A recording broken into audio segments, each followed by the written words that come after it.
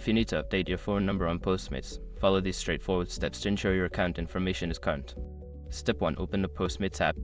Launch the Postmates app on your mobile device. Ensure you are logged into your account to access your settings.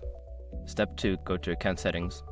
Tap on the profile icon or the menu option, usually located in the top corner of the screen. From there, select Account or Settings to access your account details. Step 3. Select Phone Number. In the Account Settings, look for the option labeled Phone Number or Contact Information. Tap on this option to proceed with updating your phone number. Step 4. Enter new phone number. Delete your old phone number and input the new phone number you wish to use.